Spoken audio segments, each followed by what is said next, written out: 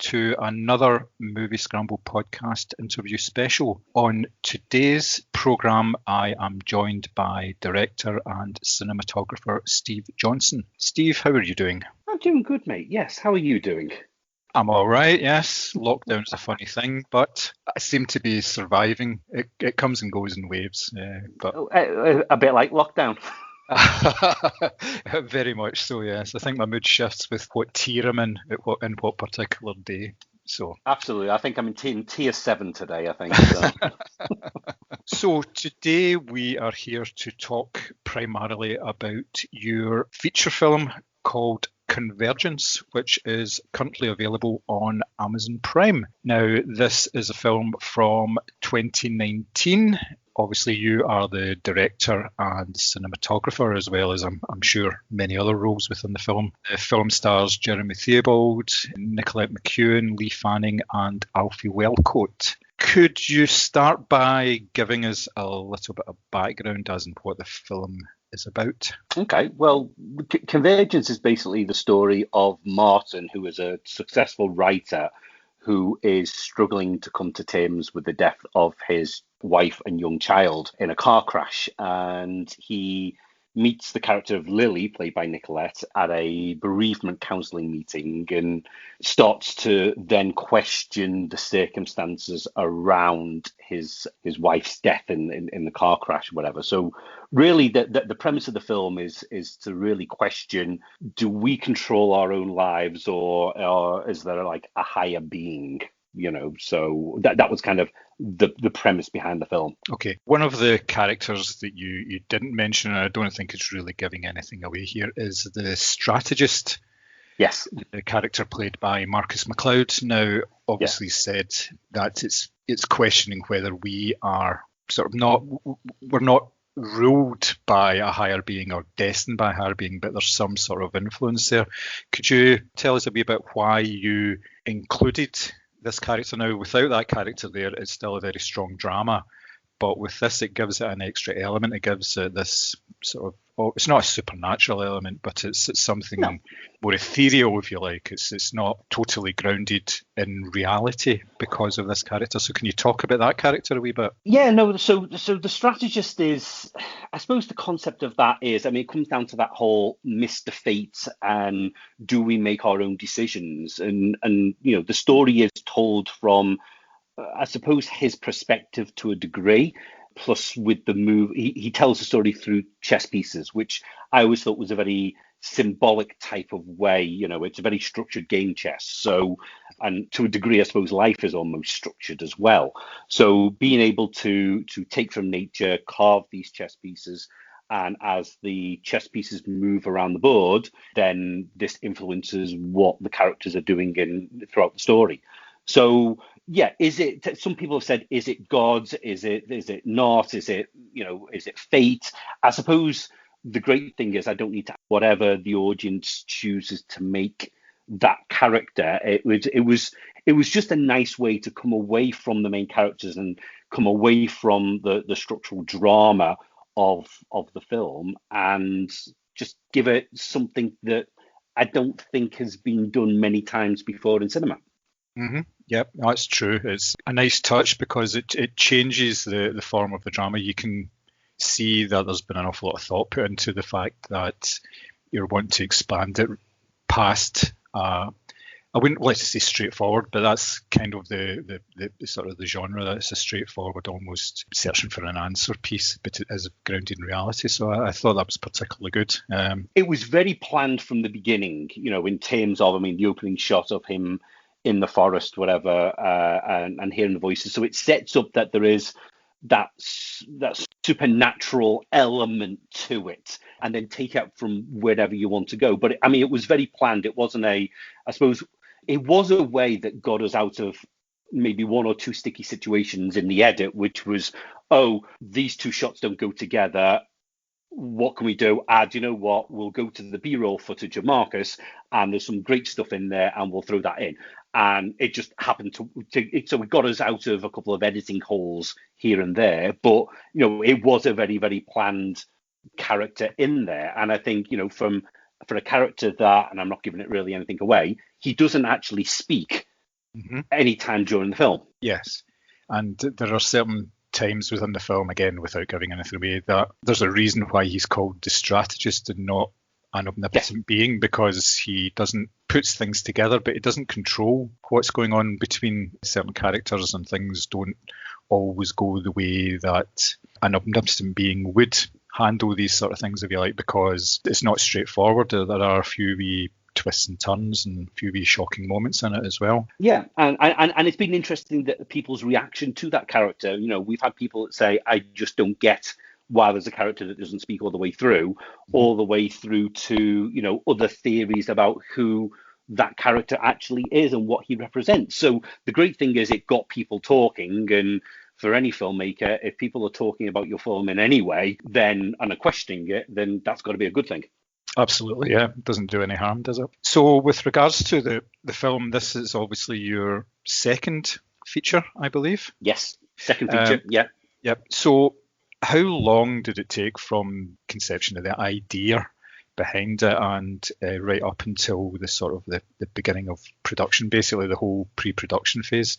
I'm assuming it was a number of years that this took of your time to get this in motion. It was less time than it took me to get my first one made. My first one took me about 15 years from the idea, from the initial concept. So I would say when I was filming my first feature, which was called The Students of Springfield Street, I'd already started formulating ideas, and post-it notes flying all over the place. So I would say probably 2016 was when I probably sat down and started writing it fully. And I think we went through at that stage, I think we were on about 4 drafts. And then actually we started to film in 2017, in February 2017. And when you're doing productions with literally no money, you're always up against obstacles. And the biggest obstacle was, we were losing locations and things like that. And I think for some filmmakers, they would say, do you know what, we will make the best of what we've got and it will be what it will be. And I took a different approach and said, no, we're losing too many locations. We're trying to do everything ourselves, with a very small crew. Let's just stop. So we actually stopped I think it was March 2017, which was very, very frustrating. And I really wanted to try and get some elements of seasons in there that starts in winter and carries forward through till summer.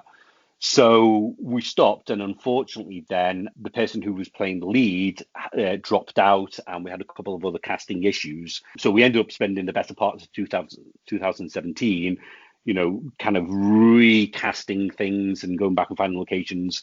And we added in, I think, about another 12 versions of the script between then and when we actually did start shooting, which was February 2018. Okay. Yeah. I was going to ask, obviously, during the writing phase, a lot of writers have people in mind when they're putting something together. Did you have people without, I know that obviously this is now set and everything, but did you have people in mind when you were putting this together in terms of the type of person that you wanted or particular people that you wanted? Absolutely. I mean, one of the advantages of being a cinematographer on other people's projects is you get to meet a lot of actors and you get to see how they work and whether they suit into certain roles. So people like Nicolette, I'd worked with being a cinematographer on other projects. The same with Lee Fanning. So Alfie Wellcoat.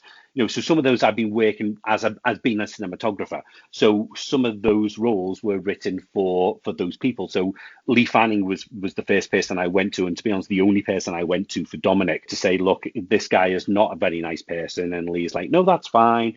And as bad as what Dominic is on screen, Lee Fanning is the nicest person you could ever meet. He literally took the character Dominic.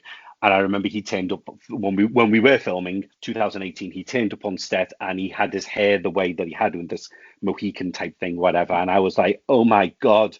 And he looked at me and he was panicked. He was like, is it all right? I'm like, that is brilliant.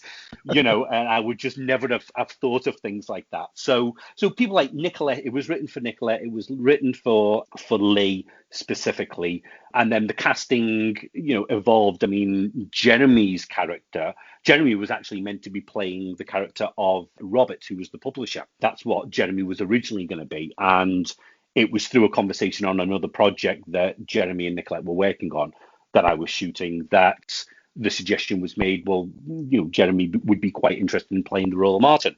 So we had conversations, and despite Jeremy having done what Jeremy's done in the past, I still auditioned him with Nicolette, and we went through lines. And yeah, I eventually said, no, absolutely fine. This is a slightly different version of the character that I envisioned, but Jeremy came with, I think it was 7 pages of notes, 7 pages of notes on the script and the character and what have you. So which then informed the other 12 versions of the script.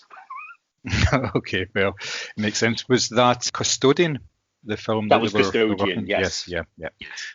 Which is actually listed just after Convergence on IMDb, but has it actually been released? No, it hasn't. No, it's still going through post. That we had to do shoots, and technically we filmed that before Convergence, and yeah, it's still yet to come out. Whatever. I think they're doing some visual effects or something like that at the moment. So hopefully that will be out soon. So. Okay. The main character, obviously, is, as you said, is the character of Martin. Now, he is a very buttoned down character, and he's obviously, I think he's pretty much in everything in the film. I think there's maybe a few scenes where he's not. So, obviously, his performance, Jeremy's performance, and the role itself, the way he tackled it, had to be sufficient that it held the audience for the runtime. So was that something that you worked with Jeremy, or was that just all off the page and from the notes that he gave you back? No, I think it was a little bit of everything. There was some stuff that was on the page, so he has his breakdown at the beginning, but when you get an actor who's worked on things, for the likes of Chris Nolan, he understands where you're trying to come from. And Jeremy came in with an approach of, this is how I feel I would be, and I was like, yes, that's how I would see that. So there was a dialogue before we started filming and during that informed that performance all the way. A lot of it was out of sync, so obviously we didn't shoot everything in chronological order. But I think by the time Jeremy got over the first few days and got into his footing, whatever, he was absolutely fine. And he pulled out some amazing performances, especially, I mean, it's not an easy watch. It is a very emotive film. There is a lot of emotion in there. And, as a director, you've got to say to your actors, how do you want to prepare, whether it's music or what have you, and give them that time to get into the headspace, because that's what gets that performance, and then give them as many takes as they feel they need to deliver that performance as well. You can see that's come across on the screen. So in terms of working with actors, obviously you've worked with actors for a long time in terms of being a cinematographer. Yeah. How do you approach working with them? Now, there's a couple of, obviously, different directors have different approaches. Some are very hands-on. Some let them do what they need to do, follow their own methods and everything like that. So how do you go about working with them and rehearsing with them and everything like that? I think it's kind of understanding, their approach. So for me, it was always, certainly with Jeremy and Nicolette, what do you feel you need in order to pull the performance? This is what the scene tries to give. This is what I'd like to get across to the audience. Here's what you're thinking at the beginning. Here's what you're thinking at the end. Here's the words. But again, we're not precious with the words. If there's a better way to say something and it feels more natural, do it. At the end of the day, we're going to record them, all the takes. So if something doesn't work, it doesn't really matter. No one sees all that stuff. People only see the good things. So, we did rehearsals on some of the key scenes, certainly a lot of the dialogue scenes with things like the cafe. And there's a scene where there's a long take of them walking, and Martin's character is giving some backstory stuff, whatever. So some of that stuff was rehearsed, and some of the walking stuff was. But then some of the stuff, like Nicolette's character, when she has a moment of a breakdown after returning back to Martin's flat, that performance is, most of the words are there, and then Nicolette just embellished and just got herself in that mindset for where the character was and produced a phenomenal performance.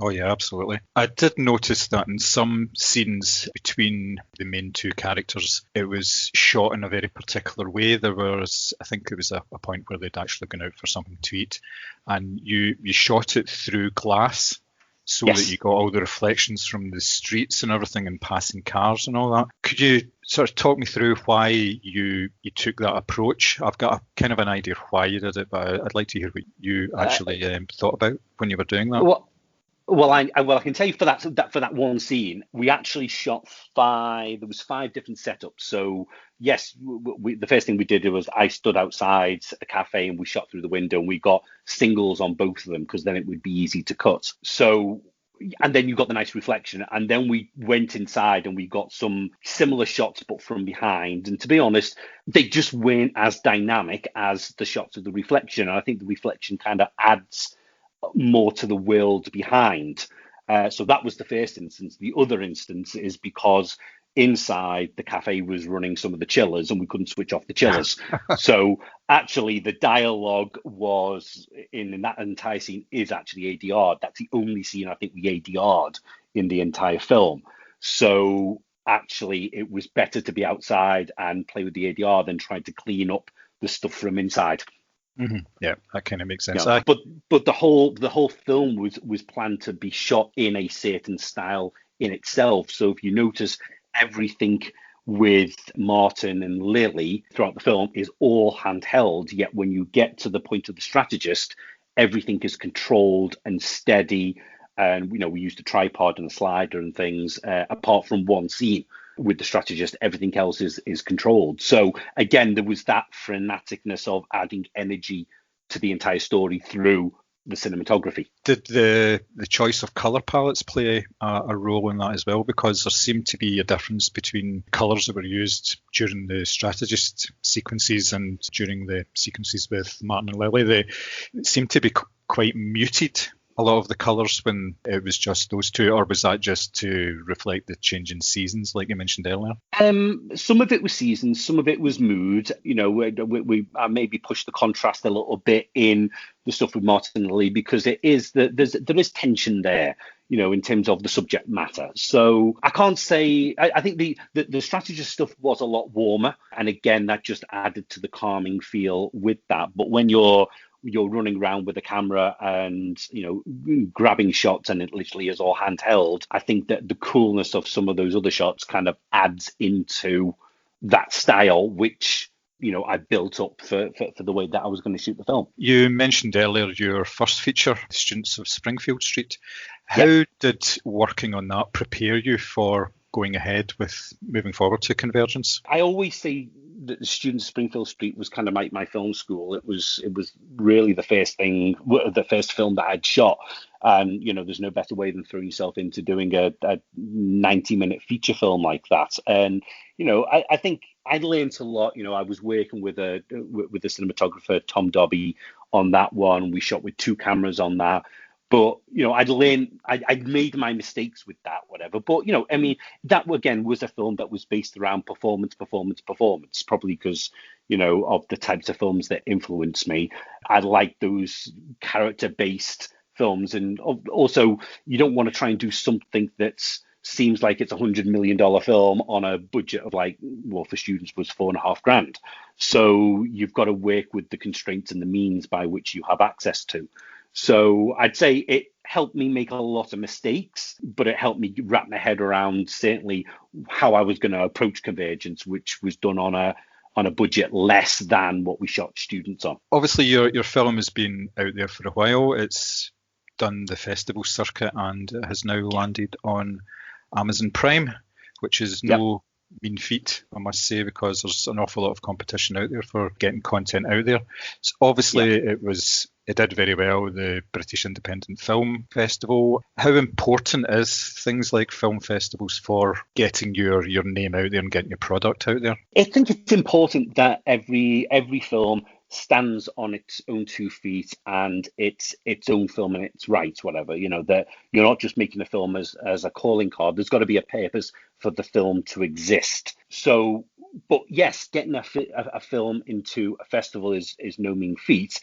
Getting a feature film into a festival is even harder than a short, I would say, because the festival can show less features than they can shorts. So if you've got a 90-minute feature film, potentially a festival could choose to show 6 or 7 shorts in the same time period. So it's got to be, it's harder to get that in, but when you do, it's about picking those right festivals that are going to help get the word out. I think outside the main festivals of like, Sundance, Slam Dance, Rain Dance, Cannes, or all that, I mean, those are the bigger ones. So you've got to kind of look at what is the subject matter of the film and where do we think it can perform. And, for every festival you get in, I think it's probably safe to say that most filmmakers get rejected from a good 40 festivals for every one that they get in.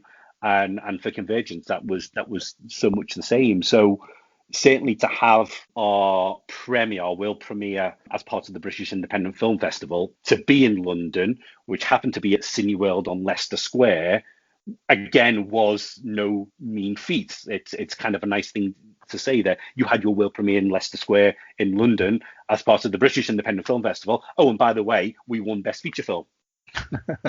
Yeah, it's not bad. You should get that put in a t-shirt or something. Exactly, it's a lot to go on a t-shirt, but at the same time, Jeremy was nominated for Best Acting, Nicolette was nominated, Alfie was nominated, the cinematography was nominated, and again, that's been reflected on some of the other film festivals. The United States Film Festival, I think we won Best International Feature Film, and the Antakya International Film Festival in Turkey, which was the end of last year, we won the special jury prize. And on the back of that, I've just been asked to be part of the international jury for that. So I've been watching, the international films from this year, which has been interesting. So I think it's important to get that out there. And I think you're always as good as your last film. And if getting more film festivals, winning things like that help, then that can only be a good thing. Cardiff was an interesting one towards the end of last year. That was kind of the big one that we all attended. Me and Jeremy went along to that. And that was an interesting one because we were up against films that had a far bigger budget. I think there was one film in there that was funded by the BFI for 1.2 million, something like that. And I remember on the night we were at the dinner and they were showing the films that were nominated. And I turned to Jeremy and I said, that's the one that's going to win. And then they called Convergence out. So, it's not necessarily all about certainly the budget of the film.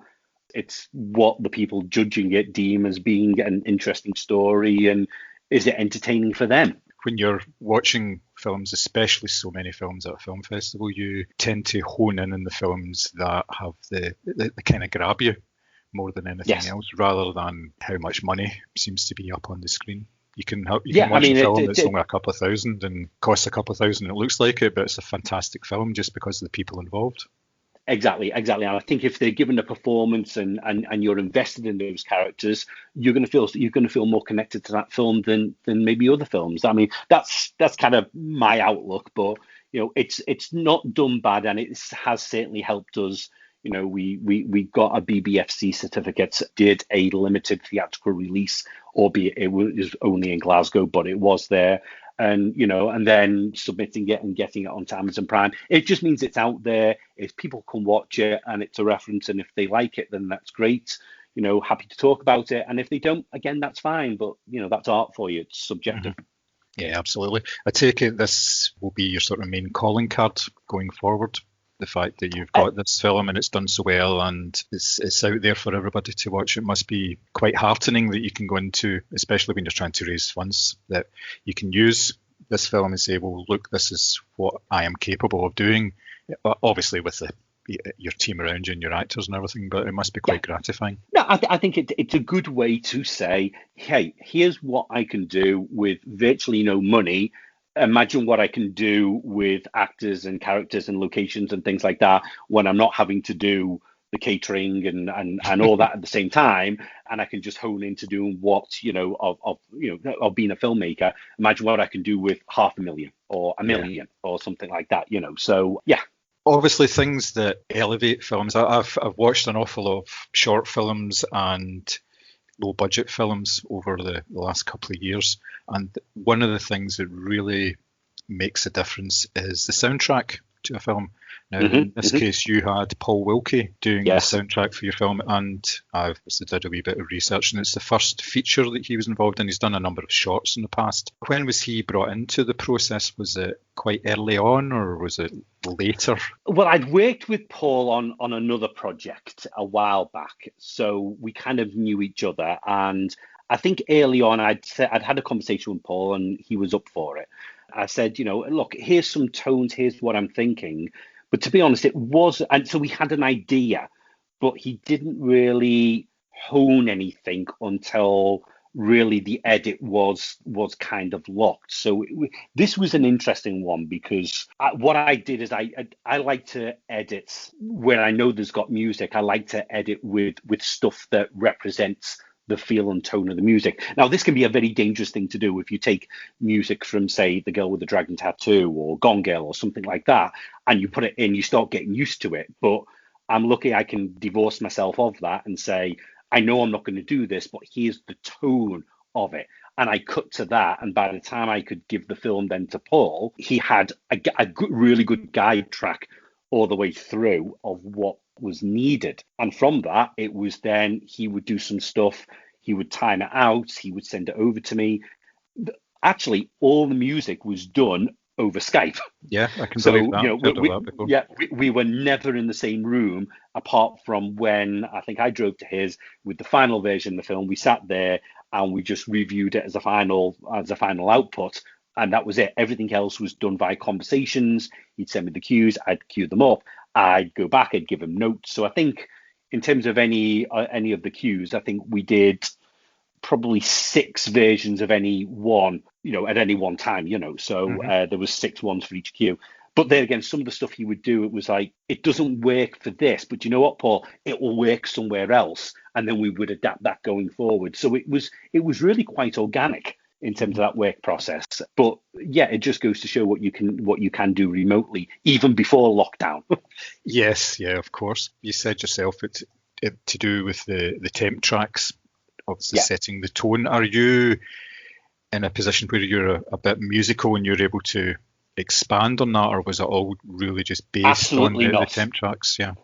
Absolutely not. I do not have a musical note in my body, but I know what I like and I know the type of style. So for me, it was about going and looking for, I'd listen to a lot of soundtracks, whatever. So it was about, oh yeah, that's kind of the tone in there. And then I would, I'd have calls with Paul and say, yeah, it needs to be some fluty type thing, whatever. It's this thing. It goes like this, and Paul would kind of latch on and goes, right, okay, I think I know what you mean. And then he would play something. I was like, yes, that's it. Or no, can we make it deeper or something like that? But it was, I said to him on the outset, I would push him, and I think Paul would totally admit that I did push him.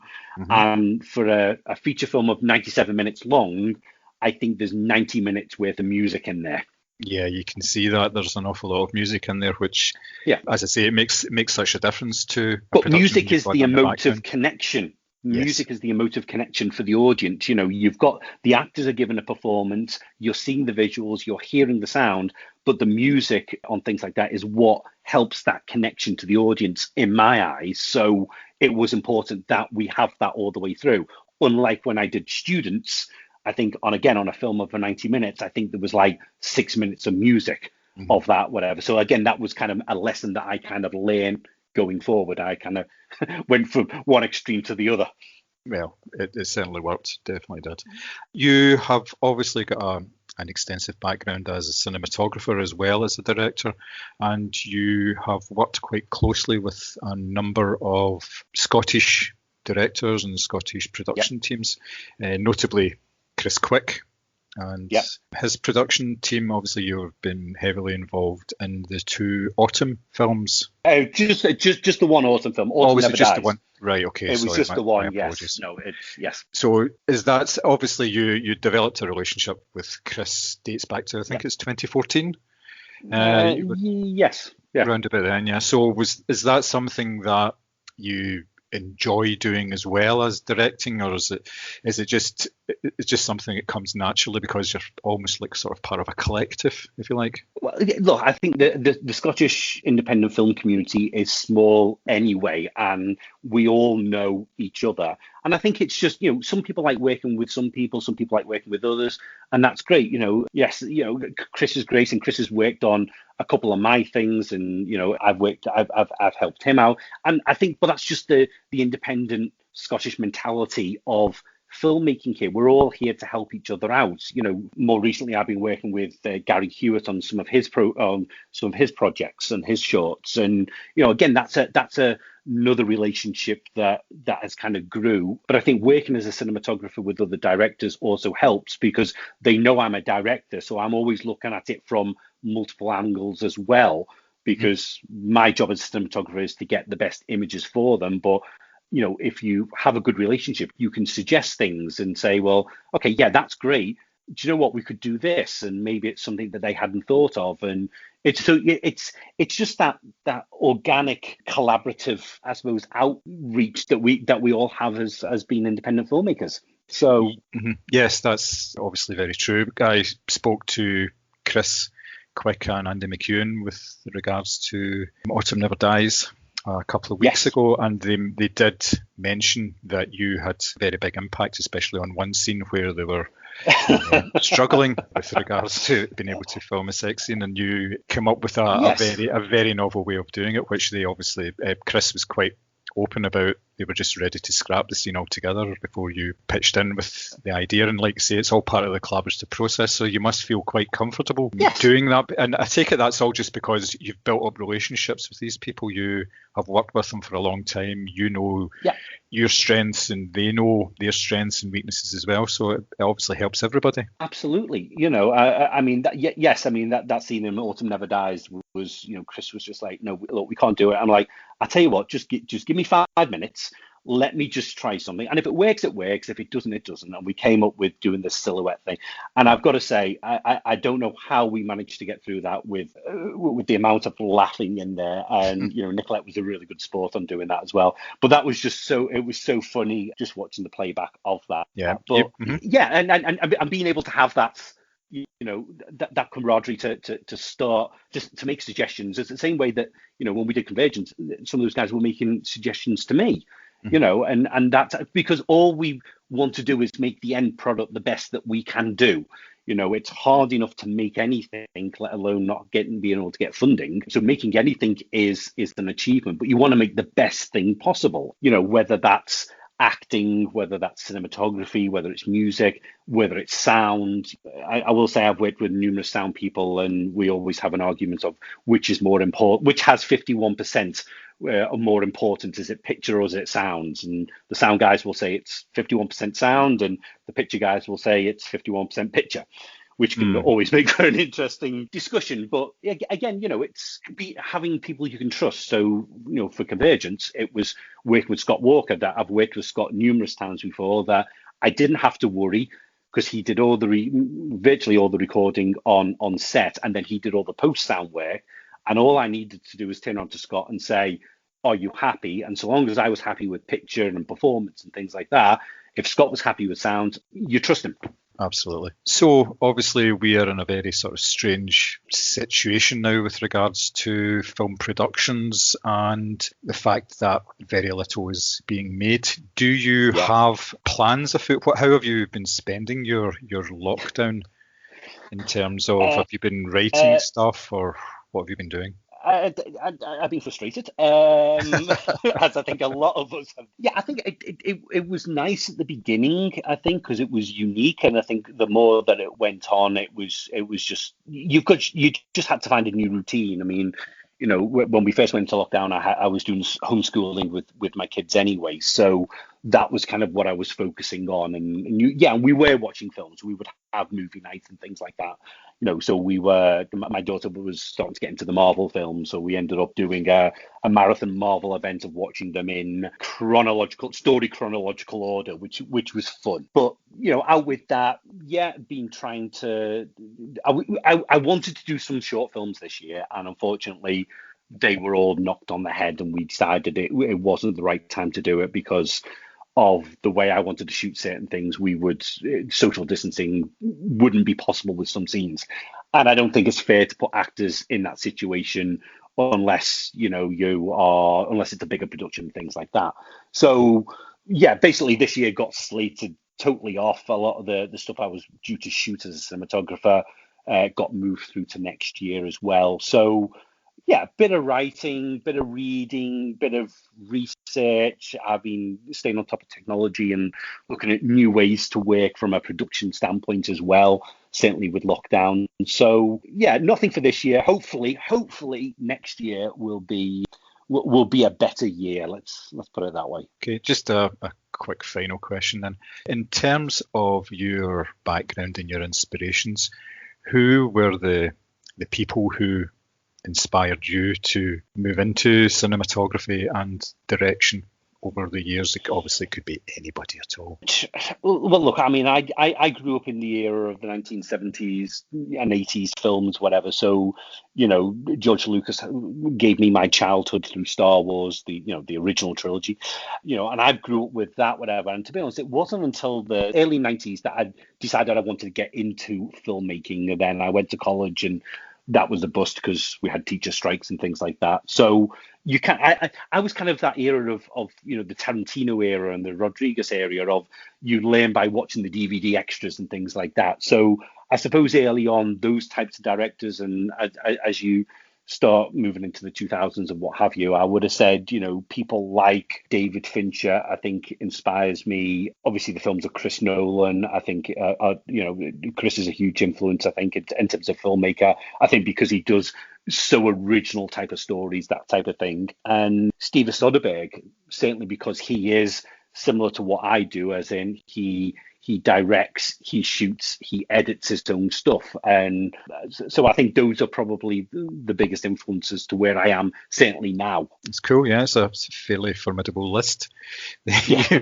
just a few, but it's learning by DVDs. I mean, I never went to film school, I never went to university. I literally picked up a camera and to be honest, the cinematography stuff came about purely because I'd bought a Red camera, and then I was getting offers of hires and things like that, and then I started getting involved in the teaching element for Red, and I thought, well, I'm teaching people how to get a good exposure on the Red camera. I might as well go out and do that.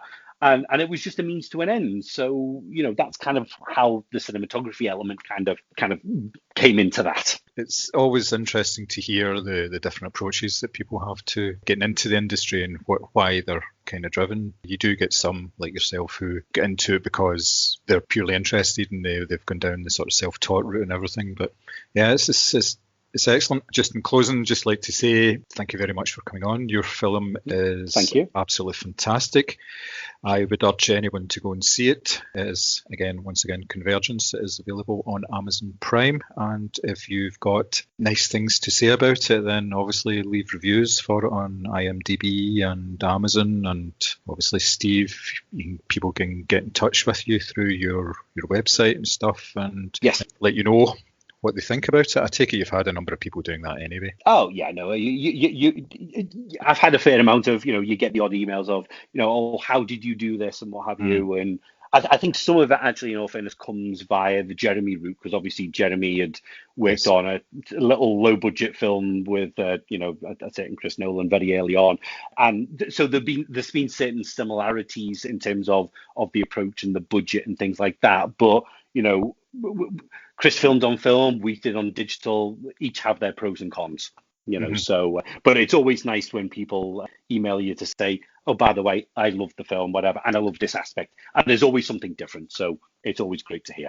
Nice. So that's really good to hear that you're getting positive feedback and not just hate mail that everybody else seems to be getting at the moment, because people get too much time. No, well, not yet, whatever. Either that or the hate mail goes to my spam. So. Oh, well, that's good. It's always a good thing. So once again, thank you very much for your time today. Really appreciate you coming on the podcast, and all the best with your future endeavours. Thank you very much. Thanks a lot. All right.